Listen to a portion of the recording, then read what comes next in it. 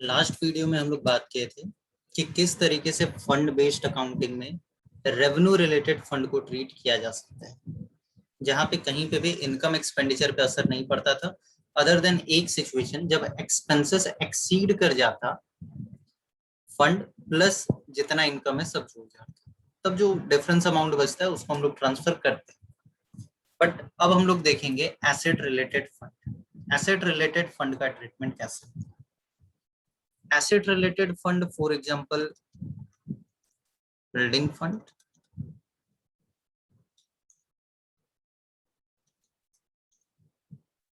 Auditorium fund, etcetera. कुछ point तो बिल्कुल सिमिलर है जो पीछे वाला पॉइंट था अपना, जैसे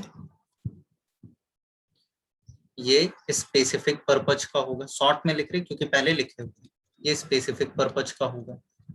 सेकंड, स्पेसिफिक पर्पज है, फंड है, दैट मीन ये कैपिटल नेचर होगा, और कैपिटल नेचर होने के कारण बैलेंस शीट को अफेक्ट देगा, ना कि इनकम एक्सपेंडिचर। और बैलेंस शीट में भी जिस दिन रिसीव होगा, at the time of receipt,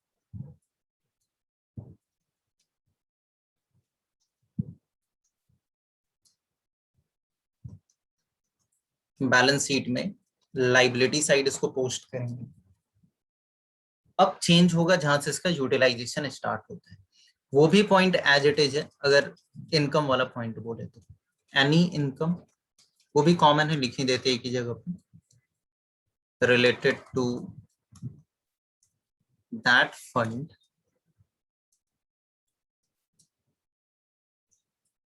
should be added to the fund on। Income expenditure में नहीं भेज के फंड में ही उसको ऐड करेंगे। जैसे पिछले वीडियो में हम लोग देखे थे, इंटरेस्ट का इनकम जो हुआ था ऐड किए थे, वहां पे और भी बहुत टाइप के इनकम हो सकते हैं, जैसे मैच टिकट सेल करना, मैच रिलेटेड फंड होगा तो टूर्नामेंट रिलेटेड फंड है, मैच ऑर्गेनाइज होगा वहां पे टिकट सेल करना, या कोई स्टफ सेल करना जिससे कुछ इनकम जनरेट हो सके, तो वो सारा कुछ इनकम बोल के वहां पे ऐड करते हैं। यहाँ पे अब एक्सपेंसेस का बात आएगा। एक्सपेंसेस आउट ऑफ दैट, उस फंड से एक्सपेंसेस होगा तो क्या होगा? जब भी उस फंड से एक्सपेंसेस होगा तो कुछ स्टेप्स याद रखना है। Step 1, reduce that expense from the fund. सबसे पहले इसको फंड से रिड्यूस करेंगे, बदले में कैश भी जाएगा, अपना कैश आउटफ्लो होगा, बट क्योंकि रेसिडेंट पेमेंट अकाउंट में वो खुद लिखा होता है कि कितने का हम लोग एक्सपेंस किए, तो उसको दोबारा हम लोग कहीं कैश में माइनस नहीं कर सकते। तो पहला स्टेप हम लोग फंड को रिड्यूस करेंगे। स्टेप 2, जैसे आपको एक बिल्डिंग बनाना था, 10 लाख का फंड था, 6 लाख बिल्डिंग बनाने पे खर्च किए, तो 6 लाख गया, फंड तो रिड्यूस हुआ, बट बदले में एसेट भी तो मिल गया 6 लाख का। कैश गया नो डाउट, फंड रिड्यूस हुआ है, बट बदले में 6 लाख का एसेट भी तो जनरेट हुआ है। तो increase asset from that amount, उस अमाउंट से हम लोग एसेट बढ़ा लेंगे। और स्टेप 3, सिमिलर अमाउंट जितना हम लोग रिड्यूस की एसेट बढ़ाए, वो हम लोग कैपिटल में ले जाके ऐड कर देंगे।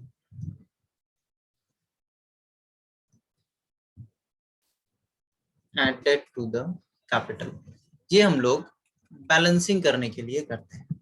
प्रैक्टिकली अगर सोचे तो क्या होता है, फॉर एग्जांपल आपके पास एक बिल्डिंग फंड था,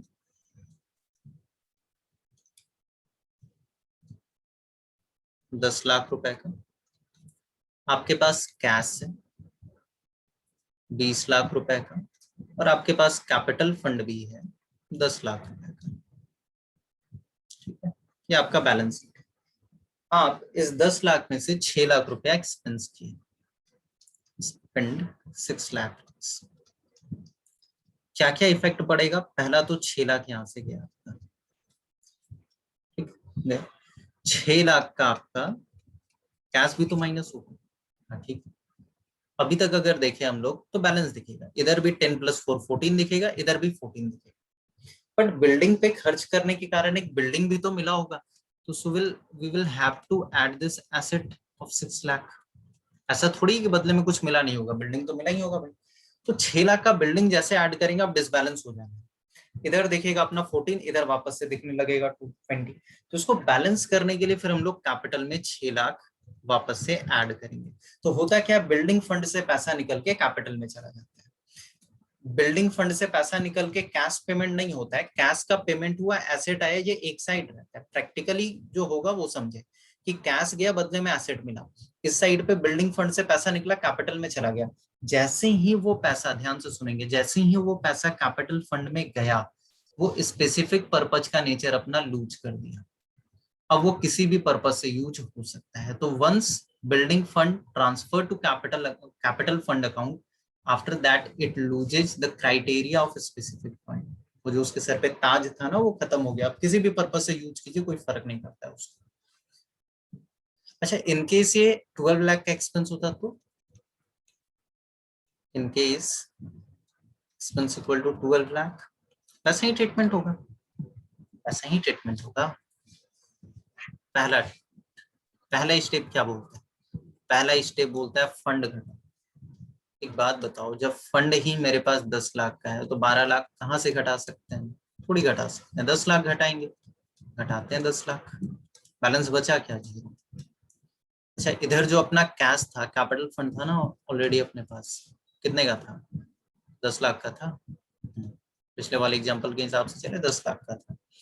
और यहाँ पे जो अपना कैश था अपने पास 20 लाख का, but out of that 20 lakh we spend 12 lakh. 10 lakh नहीं खर्च हुआ है, पॉकेट से 12 लाख गया है, जिसमें से 10 लाख फंड वाला पैसा गया, 2 लाख कहीं और का पैसा यूज किए, जनरल पर्पज कुछ पैसा होगा उसको यूज किए, बचा हुआ है 8 लाख। अगर अच्छे से समझना चाहें तो अभी, अच्छा 2 लाख रुपए एक्स्ट्रा कहाँ से खर्च किए होंगे? एक्स्ट्रा कहीं और से लाए होंगे, इनकम एक्सपेंडिचर पे डाल दे। इनकम एक्सपेंडिचर पे डायरेक्टली नहीं जा सकता है वो चीज, वो कैपिटल के साथ एडजस्ट करेंगे। कैपिटल आपका माइनस होना है। एसेट कितने से प्लस हुआ? 12 लाख से। कितने का था एसेट? 12 लाख का था, तो एसेट प्लस भी होगा 12 लाख से। अब इधर अगर देखें हम लोग तो ये तो बन गया अपना 12 8 20 बन गया। इधर अगर प्लस कर दे हम 10 लाख रुपीज, माइनस किए थे ना इधर भाई, फंड से 10 माइनस किए हैं, 10 इधर लाके अगर प्लस कर दे, ये कितना बन जाएगा? 20 लाख रुपया हो गया बैलेंस। कैपिटल फंड 10 इधर बिल्डिंग फंड से खर्च किए, जो ऊपर ले जाके जो 20 बना। इधर कैश गया 12 का, बचा 8, एसेट आया 12 का, हो गया बैलेंस। तो ये ऐसे कभी एडजस्ट नहीं होता है, ये चीज याद रखेंगे कि ये ऐसे कभी एडजस्ट नहीं होता है, ये ऐसे कभी एडजस्ट नहीं होता है। एडजस्टमेंट होता है building fund to capital fund, cash to asset. बहुत माइनर माइनर सा पॉइंट है जो अच्छे से समझा रहे हैं, दिमाग लगा के समझिएगा। अगर हम क्रॉस कनेक्शन बैठाने के लिए जाएंगे ना तो उल्टा पुल्टा हो जाएगा, फिर मैच करेगा ही नहीं कभी बैलेंस शीट। तो करना क्या अपने को, जितने का कैश जाएगा उतने का एसेट बढ़ेगा, जितने का कैश जाएगा उतने का एसेट बढ़ेगा। वापस से, जितने का कैश जाएगा उतने का एसेट बढ़ेगा, जितने का बिल्डिंग फंड घटेगा उतने का कैपिटल फंड बढ़ेगा। बात खत्म, और कुछ है ही नहीं। 2 पॉइंट याद रखने हैं, हिंदी में लिख रहे हैं, जितने का कैश जाएगा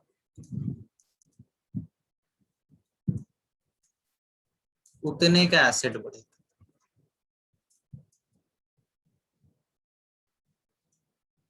और जितने का फंड डिक्रीज होगा उतने का कैपिटल बढ़ेगा। लाइबिलिटी लाइबिलिटीज के साथ एडजस्ट होगा, एसेट एसेट के साथ। बस 2 पॉइंट याद रखना है काम। और इनकम रिलेटेड पॉइंट हुआ तो वो एज इट इज, उसमें कोई अलग से पॉइंट। तो ये था आपका एसेट रिलेटेड फंड, ये था पूरा का पूरा फंड बेस्ड अकाउंटिंग। इसको कई बार फंड और नॉन फंड बेस्ड अकाउंटिंग में भी कहा जाता है, क्लासिफाई किया जाता है। तो आप जिस तरीके से क्लासिफाई करना चाहें कीजिए, बट जो पूरा का पूरा क्रक्स है इस टॉपिक का वो इतना ही है। तो होप से यहाँ पे आपका एनपीओ अच्छे से कवर अप हो गया होगा। आप क्वेश्चंस बनाएं, इनकेस अगर प्रॉब्लम होता है तो आप मेरे से कांटेक्ट कर सकते हैं। Thank you. आज का क्लास यहाँ पे फिनिश।